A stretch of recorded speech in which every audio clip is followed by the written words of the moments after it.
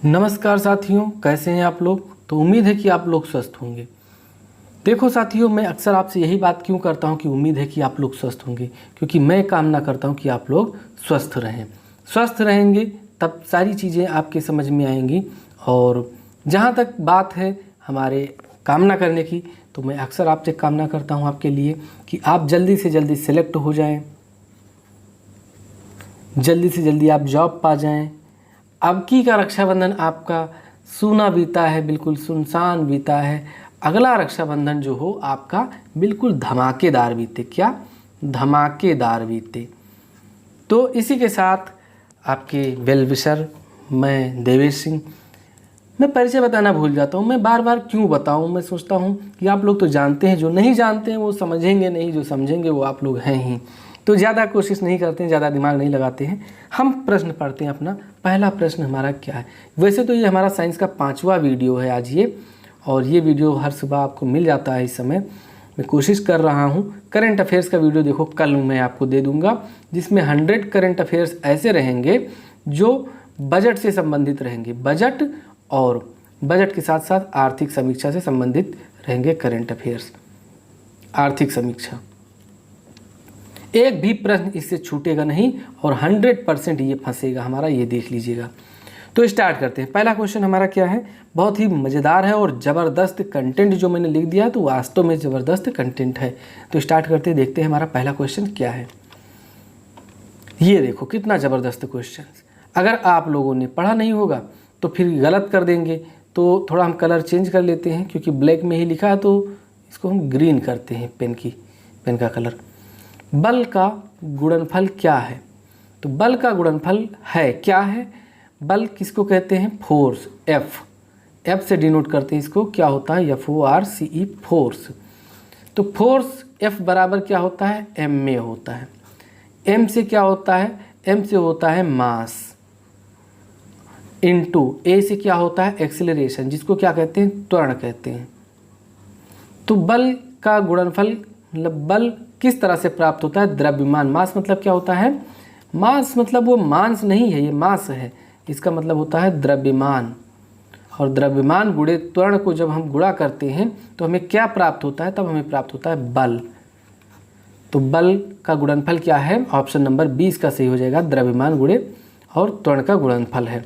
दूसरा प्रश्न देखते हैं। वायुमंडलीय हवा पृथ्वी पर राखी जाती नहीं है, रखी जाती है। ये थोड़ा सा यहाँ पे इसको हम ब्लर करेंगे। पृथ्वी पर रखी जाती है, कैसे रखी जाती है, गुरुत्व द्वारा या पवनों द्वारा या बादलों द्वारा या पृथ्वी के घूर्णन द्वारा। आपका ऑप्शन होगा क्या सही होगा, डी, लेकिन जो कि गलत है। क्या होगा इसका, गुरुत्व द्वारा। पृथ्वी के गुरुत्व बल के द्वारा वायुमंडलीय हवा पृथ्वी पर है। यही गुरुत्व बल देखो चंद्रमा पे नहीं है, कम है, मतलब पृथ्वी का 1/6 है, तो इसीलिए वहाँ पे वायुमंडल नहीं है। चंद्रमा पे वायु बहुत कम है। अगला प्रश्न देखते हैं। बॉल पेन जो है, जो पेन हम लोग इस्तेमाल करते हैं, ये किस सिद्धांत पे कार्य करता है, श्यानता या बॉयल का नियम या गुरुत्वीय बल या फिर पृष्ठीय तनाव। आप लोगों का क्या है मन में, ज़रा सोचिए। आप लोग सोच रहे हैं, मैं बता रहा हूँ कौन सा सोच रहे हैं। जो लगभग ब्रिलियंट हैं वो क्या सोच रहे हैं, वो सोच रहे हैं इसका आंसर श्यानता, जो कि गलत है। जो थोड़ा सा कम ब्रिलियंट है वो बॉयल का नियम लगा रहे हैं। जो सबसे ज़्यादा ब्रिलियंट है वो पृष्ठीय तनाव लगा रहे हैं। लेकिन जो बिल्कुल हमारी तरह घोंचू हैं अब आप सोच रहे होंगे हमने अपने आप को घोंचू क्यों कहा, क्योंकि मैं अपने आप को अगर कहूँगा तब तो कहूँगा अरे अच्छा अपने मुँह मिट्ठू मियाँ बन रहे हैं। नहीं, आप लोग भी अच्छे इंसान हैं, पढ़ने में अच्छे हैं। तो गुरुत्वीय बल के द्वारा बॉल पेन, जो ये सिद्धांत है, गुरुत्वीय बल इस पर कार्य करता है। अगला प्रश्न देखते हैं कि पृथ्वी का पलायन वेग क्या है, 15 किलोमीटर पर सेकेंड या 21.1 किलोमीटर पर सेकेंड या फिर 7 किलोमीटर पर सेकेंड या फिर 11.2 किलोमीटर पर सेकेंड। ध्यान दीजिएगा, ये मीटर प्रति सेकेंड नहीं है, ये है किमी, मतलब किलोमीटर प्रति सेकेंड।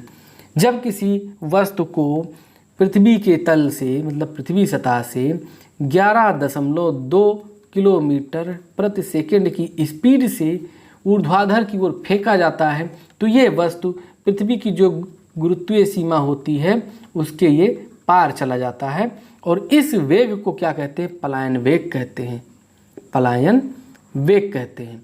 तो क्या है? ऑप्शन नंबर डी इसका करेक्ट है आंसर।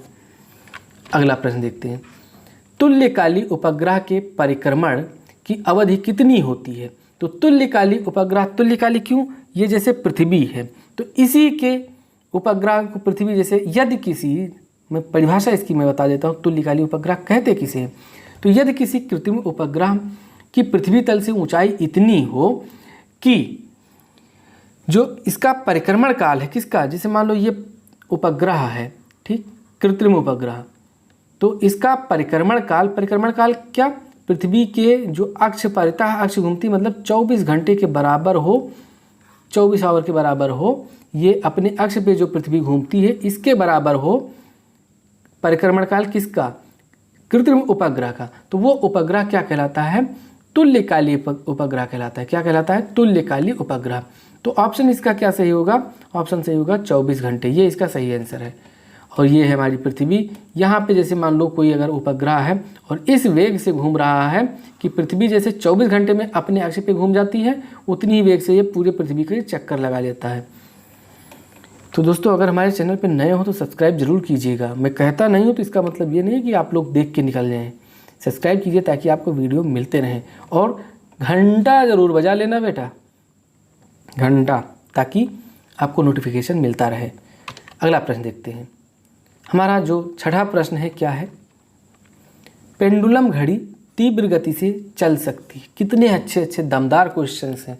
ये नहीं विटामिन दे दिया, उसका नाम पूछ लिया, दमदार क्वेश्चन है। विटामिन के बारे में पढ़ेंगे हाँ, लेकिन इतना दमदार क्वेश्चन ये आर में आते हैं इस तरह के क्वेश्चन। तो पेंडुलम घड़ी तीव्र गति से चल सकती है, कब चल सकती है? ग्रीष्म ऋतु में, शीतकाल में, या बसंत ऋतु में, या वर्षा ऋतु में? तो इसका ऑप्शन लिखिए शीत ऋतु में। ऊष्मीय प्रसार पे ये जो सिद्धांत वो कार्य करता है। जैसे पेंडुलम है, आपके पास घड़ी होगी, जैसे ये घड़ी है तो घड़ी में इतना ये सब लगा रहता है, तीन झाम, फिर इसमें पेंडुलम बंधा होता है यहाँ से, ये डोरी होती है। तो ये डोरी जानते हो गर्मी में बढ़ जाती है, इसकी लंबाई हल्की सी बढ़ जाती है। तो ये लंबाई अगर बढ़ जाएगी ना तो इसकी जो गति है वो स्लो हो जाएगी। क्या हो जाएगी? स्लो हो जाएगी। और ठंडी में ये लंबाई थोड़ी सिकुड़ जाती है तो गति ये थोड़ा जल्दी जल्दी घूमने लगता है, ये इधर उधर जल्दी जल्दी आने जाने लगता है। तो इसलिए इस सिद्धांत पे कार्य करता है। ऑप्शन इसका क्या सही होगा? शीतकाल में। किसी तुल्यकाली उपग्रह की पृथ्वी की सतह से ऊंचाई लगभग कितने किलोमीटर होती है? तो वो पृथ्वी की त्रिज्या के बराबर लगभग 36,000 किलोमीटर होती है। अगला प्रश्न देखते हैं।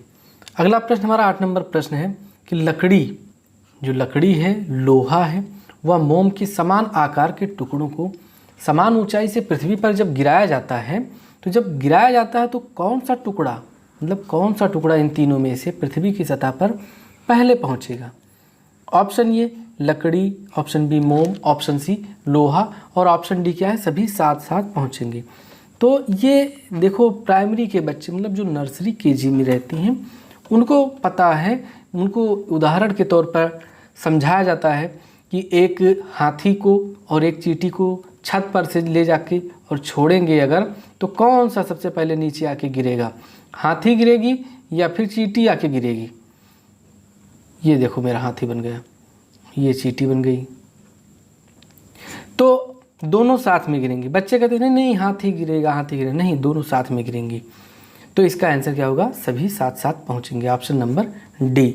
अगला प्रश्न देखते हैं हम, क्वेश्चन नंबर 9 कि एक समान गति वाला पिंड, एक समान गति वाला पिंड मतलब कोई पिंड है और उसका एक समान गति वो कर रहा है, तो उसमें क्या क्या चीज़ें हो सकती हैं? देखो त्वरित नहीं होता है, गलत है। त्वरित हो सकता है, हाँ। हमेशा त्वरित होता है, ये भी नहीं सही है। और एक समान वेग होता है, ये भी नहीं सही है। एक समान गति वाला पिंड जो है उसमें क्या चीज़ें विशेषताएं होंगी कि उसमें त्वरित हो सकता है वो। अगला प्रश्न देखते हैं, तो इसका ऑप्शन नंबर बी सही होगा। अगला प्रश्न देखते हैं और लास्ट प्रश्न है इसका कि दूध को मथने पर क्रीम अलग हो जाती है, इसका क्या कारण है? तो इसका सीधा सा मतलब है अपकेंद्र बल के कारण ये होता है। तो इसी के साथ दोस्तों मिलते हैं आपसे नेक्स्ट वीडियो में। तब तक के लिए नमस्कार, जय हिंद, जय भारत।